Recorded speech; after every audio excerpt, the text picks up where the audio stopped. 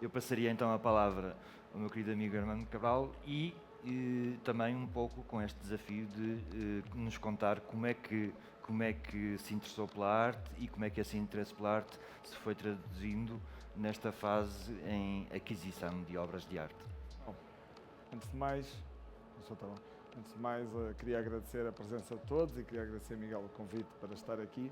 De facto é um prazer, eu não tenho assim muita oportunidade de falar sobre arte, a não ser quando converso com os amigos, portanto até tomei esta oportunidade como uma oportunidade para me divertir um pouco. A minha história no mundo da arte e da cultura é muito mais simples. Eu, quando era adolescente, a única coisa que queria fazer era, na realidade, programas de computador e vírus de computador, era completamente viciado nesses aspectos. Aliás, muito daquilo que eu coleciono no mídia hoje em dia tem muito a ver com essa história. E depois, esta paixão pelo mundo da arte aconteceu, esta obsessão quase pelo mundo da arte aconteceu com alguns eventos muito concretos e muito específicos. Tinha 18 anos de idade, virei um jarro de água em cima de uma coleção de fascículos da minha mãe de impressionismo. Então pus-me a secar aquilo com o secador, passei a noite toda a ler aquilo, porque a minha mãe gostava muito da coleção e achei que era melhor secar aquilo, então li aquilo tudo. E na altura achei aquilo tudo muito interessante. Em particular, e foi uma coisa que desde aí me marcou sempre, achei o aspecto intelectual, havia ali uma análise daqueles artistas, eu não os conhecia, minha família não tinha assim grande história cultural, eu não conhecia nada daquilo. E o aspecto intelectual, de entender como é que aquela gente analisava as pinturas, eu que era uma pessoa da matemática, achei aquilo fascinante. Foi como se houvesse outra espécie de inteligência no mundo, além daquela que eu conhecia na altura. E isso, para mim, foi... Bem, comecei, de vez em quando, nós éramos do Porto, ia de vez em quando a Serralves, já havia umas exposições, não entendia nada daquilo, mas achava aquilo tudo muito inteligente. Mas também não tinha ninguém com quem falar e, portanto, nunca conseguia entrar no sistema. Depois, tive a sorte, fui estudar quando me formei, fui fazer um mestrado para o Warwick. O Warwick é uma universidade com uma tradição cultural muito grande, é uma universidade com uma tradição social na área de esquerda muito importante e eu estava completamente fora do meio, mas tinha uma biblioteca fantástica. E então comecei a ler livros de arte, por acaso, e li um livro que me marcou muitíssimo. Era a história da vida daquele crítico modernista, o Greenberg. Eu não percebia nada de arte, mas achei a ideia de haver um indivíduo que olhava para uma pintura, dizia alguma coisa inteligente sobre aquilo e o mundo inteiro ia atrás dele, foi uma ideia que sempre me fascinou. E sempre, ainda hoje, quando ando aí a passear na feira, estou sempre a imaginar atrás de qual destes artistas é que todo mundo vai. É uma coisa que sempre me fascinou. E, não sei, quem leu alguma coisa sobre o Greenberg percebe esta e tornou-se uma paixão intelectual muito antes de ser uma paixão por obras de arte. Eu lia livros de arte e não ia praticamente a exposições. A uma certa altura era a parte intelectual da arte que me interessava. E depois mudamos para Londres. E em Londres morávamos em frente à Tate. E pronto, morávamos em frente à Tate e portanto passávamos os fins de semana na Tate. Eu e a minha mulher passávamos os fins de semana na Tate. Havia uma exposição do de Kooning absolutamente fantástica. Se calhar foi uma das coisas mais bonitas que vi na vida. E depois aconteceu uma coisa, fomos ver uma exposição, chamava-se Africa, The Art of a Continent. Era uma exposição fantástica sobre a arte africana. O catálogo, eu lembro, nós éramos estudantes, o catálogo custava 80 libras. Pai, 80 libras para mim era muito, muito dinheiro. Então andamos a poupar para comprar o catálogo. Demorou um tempo a comprar o catálogo. Só muito mais tarde é que compramos o catálogo através da Amazon. E foi aí que eu decidi começar a colecionar alguma coisa. O meu avô era um grande colecionador de selos. A minha avó vendeu a coleção, o meu pai ficou muito chateado com ela. O meu pai era um péssimo colecionador. Colecionava 10 de cada coisa. Comprou 10 armas, depois chateou-se com as armas, comprou 10 móveis, depois chateou-se com os móveis, comprou 10 porcelanas.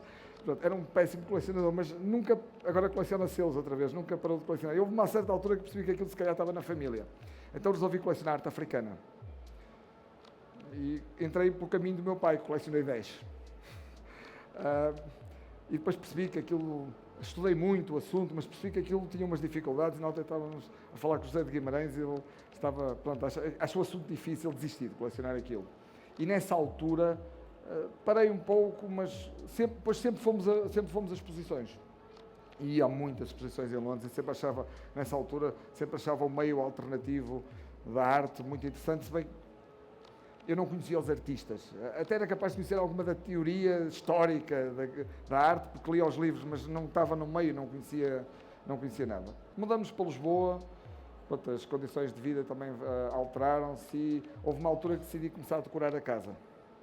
Então, pronto, fiz assim umas compras não muito, digamos assim, não foram as ideais, não foram muito pensadas, ficavam bem com os sofás, etc. Comprei uma outra coisa. E depois... depois aconteceram coisas que de facto mudaram muito. Eu lembro-me da primeira vez que decidimos comprar uma peça a sério. Foi um vídeo. Um vídeo do Vasco Araújo. E eu, para mim, como vinha deste meio, sou engenheiro, deste meio da tecnologia, aquilo para mim não tinha dificuldade nenhuma. A pintura é que tinha dificuldade, porque eu, como tinha lido tanto livro a dizer que a pintura estava morta, eu com isso não me metia. Mas os vídeos parecia uma coisa nova, recente, eu tinha muito mais facilidade em entender, e ainda hoje tenho, alguns amigos que percebem isso, eu ainda hoje tenho muito mais facilidade em entender alguma desta arte digital do que a pintura. E confesso que é um defeito, mas é algo que sempre me acredito. Comprei um vídeo e aquilo, pronto, a partir daí foi um desastre. E lembro-me, na altura visitava muito, no início visitava muito a Galeria Filomena Soares, e aprendi bastante com eles. Costumava ir na altura também, comecei a ir à Galeria da Cristina, mas aquilo era assim um pouco mais conceptual, eu tinha mais dificuldade com aquilo, até que um dia resolvi falar com a Cristina e disse, eu tenho lá umas obras de arte, também não gosto assim muito delas, já comprei um vídeo e tal. E a Cristina fez-me 2 perguntas sobre artistas que representava, artistas que eu devia conhecer, uma foi, lembro perfeitamente, sobre o Baldessari, fez-me perguntas sobre artistas e virou-se para mim e disse assim, você leva estes catálogos, já que gosta de ler, vá estudar para casa, não compra absolutamente nada, volta aqui a 6 meses. E isso fez uma enorme diferença, porque de facto pus-me a estudar aquilo. E pronto, tornou-se quase uma... De facto, tornou-se quase uma obsessão a entender os artistas. E depois, eu sempre tive uma carreira internacional, eu passo pouquíssimo tempo em Portugal, a minha vida sempre foi internacional e, portanto, eu vivia em Portugal, a minha coleção está em Portugal, a minha família está em Portugal, mas, na realidade, tudo o que tinha lido sobre arte era internacional. Eu, na verdade, se calhar era capaz de conhecer melhor a história da arte nos Estados Unidos do que a história da arte em Portugal, ainda hoje. A verdade é essa. Ainda hoje, se calhar, conheço melhor a história da arte nos Estados Unidos do que a história da arte em Portugal. E a realidade é que foi um momento em que eu decidi, aqui há uma grande dificuldade em colecionar arte. É que existem 100 mil artistas. Isto está de haver um truque para isto. E como vinha da área técnica, resolvi que me ia meter de cabeça a entender a arte a partir da internet. Então, ainda hoje me considero verdadeiramente perito em downloads de tudo que existe, bases de dados de artistas, etc. Tinha folhas de cálculo no computador, onde eu tentava perceber os artistas que eu gostava e os que eu não gostava, tentar mapear esse mundo. Isso permitiu-me, de certa forma...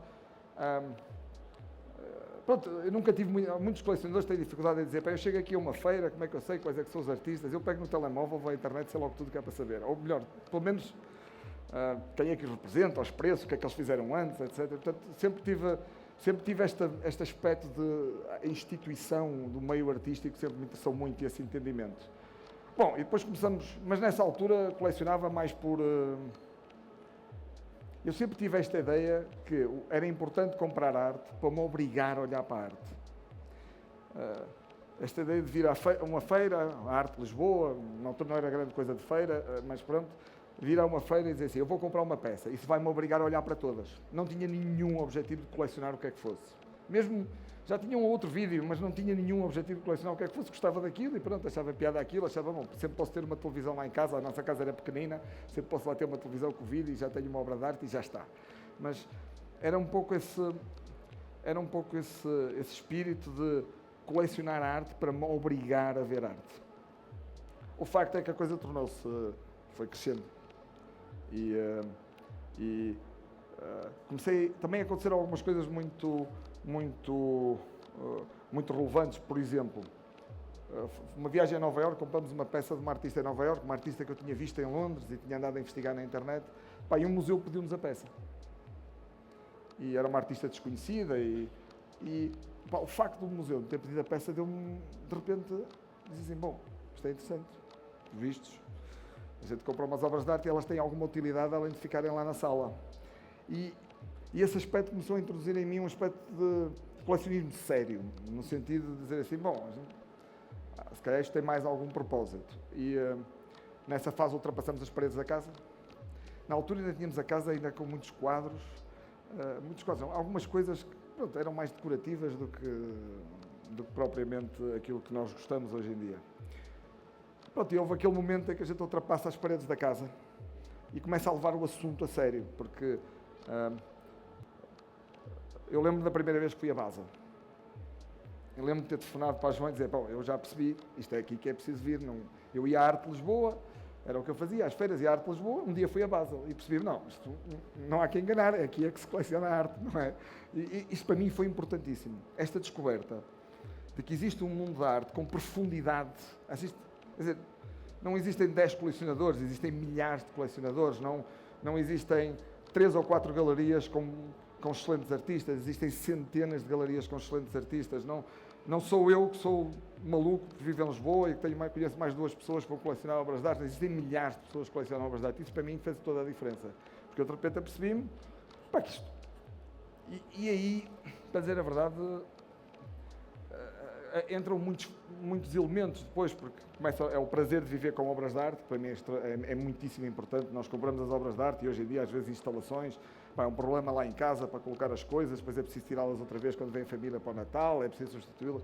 Viver com as obras de arte, por exemplo, tornou-se uma motivação muito importante, mas a ideia de que, bom, é preciso construir alguma coisa, também não estamos aqui só a juntar peças e, portanto, começar a pensar, mas colecionamos deste tipo de arte, daquele tipo de arte. Nós colecionamos muita arte conceptual.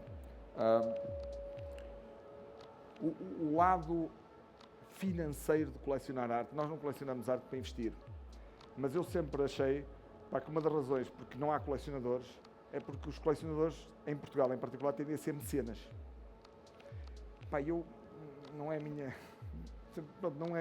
Não me sentia bem nesse aspecto. Acho que nunca achei que fosse, na verdade, nunca achei que tivesse capacidade de ser mecenas do que é que fosse, e portanto não era esse o propósito. E sempre achei que havia aqui um equilíbrio para colecionar arte. A gente compra umas peças, mas nunca sabe como é que a vida vai evoluir, e se estamos a comprar,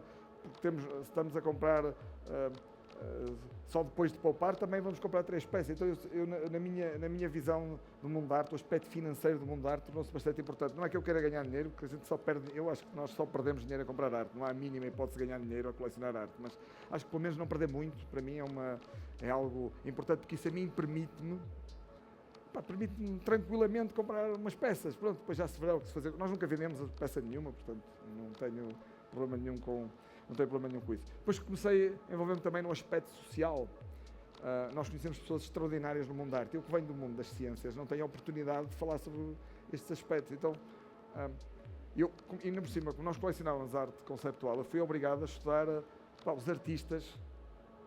Os artistas são um bocadinho ambiciosos e às vezes até ligeiramente arrogantes, porque assumem que o ser humano normal leu aqueles livros de que eles falam nas peças, principalmente na arte conceptual. Então eu lá ia e tentava ler os livros, e isso para mim foi importantíssimo, porque eu sempre fui uma pessoa muito liberal, sempre fui uma pessoa muito de direita, e acabei por ter que estudar coisas que nunca me passariam pela cabeça a estudar.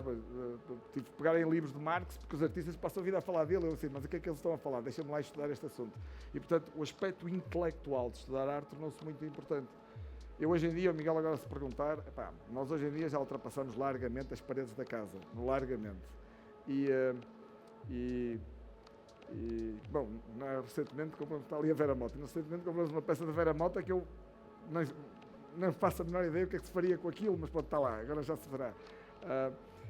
Nós agora começamos a pensar o que é que vamos fazer com a coleção, não é? Eu, por exemplo, há uma coisa que eu tenho a certeza, o Miguel começou por dizer no início: o papel dos colecionadores, na minha opinião, não é fazer museus. O papel dos colecionadores privados é fazerem boas coleções e oferecê-las aos museus. Porque senão, não é? Eu acho que o mundo da arte sempre foi privado, mas sempre foi privado porque os colecionadores sustentavam os artistas, sustentavam o mundo da arte. Claro que podíamos levar para muitos outros aspectos. Mas pronto, é isto.